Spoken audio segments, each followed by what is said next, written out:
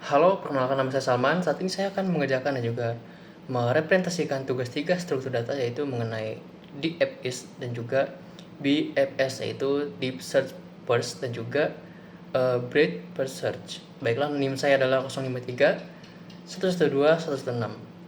Kita langsung mulai saja.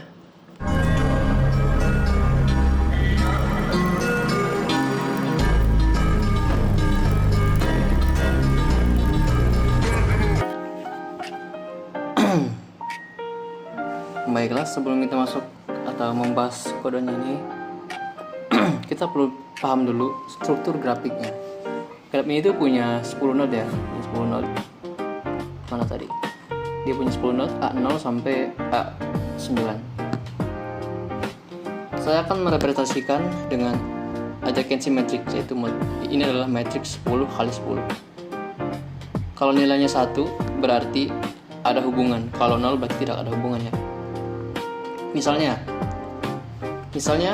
A terhubung ke A1 dan A2, lalu A1 terhubung ke A0 dan A3 dan A4 dan seterusnya sampai 9.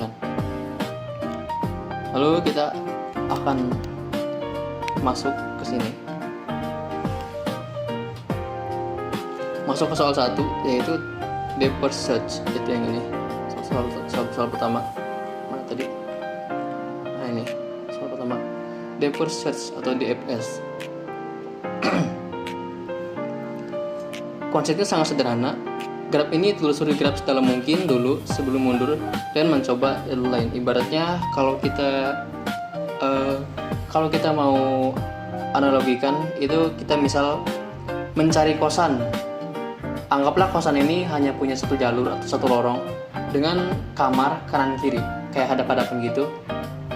Tapi kosannya ini kayak memiliki kode. Misalkan kamar 01, kamar 02. Lalu kalau kita menggunakan metode DFS ini, jika kita mau masuk ke kamar 09, misalkan ada 9 kamar ya. Pertama kita harus masuk paling dalam dulu, baru dari dalam itu kita langsung masuk satu-satu tuh ke 09, 08 dan seterusnya sampai selesai. Kayak gitu ya.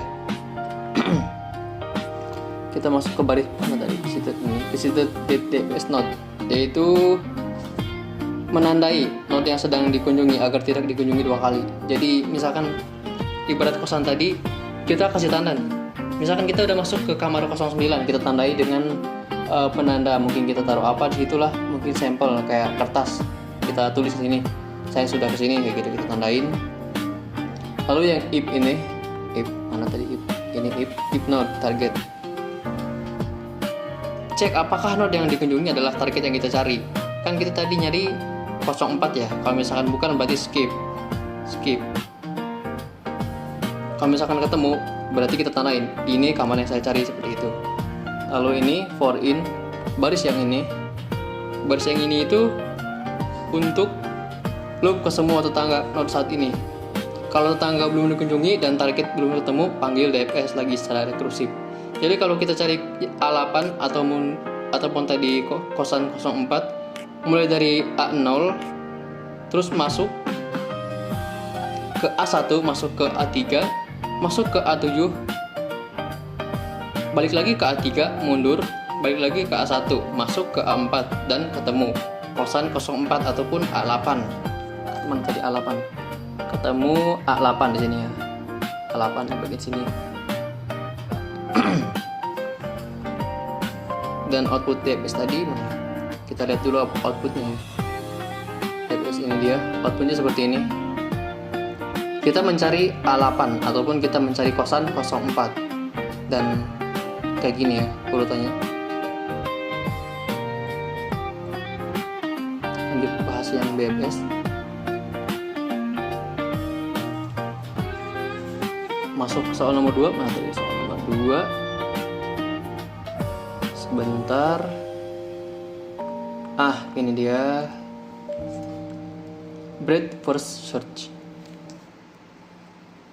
Bedanya adalah dengan BFS. Kalau BFS ini dia Menelusuri graf selebar mungkin dulu, semua node yang di level yang sama dikunjungi sebelum turun ke level berikutnya. Itu ibaratnya kita masuk ke gedung dengan satu jalur yang pintunya itu cuman searah doang. Jadi kita masuk ke 0A1 dulu, kita kelilingi kamar itu, baru mungkin kita cek kamar mandinya, cek apakah ada dapur atau enggaknya, apakah ada tamannya di belakang, baru kita masuk ke kamar 02 kayak gitu. Bedanya kayak gitu ya. Kita masuk ke Q. BFS ini menggunakan Q, bukan rekursi seperti DFS. Q itu FIFO atau first in first out. Yang masuk duluan ya keluar duluan, seperti itu. Lalu kita masuk ke quick over ini.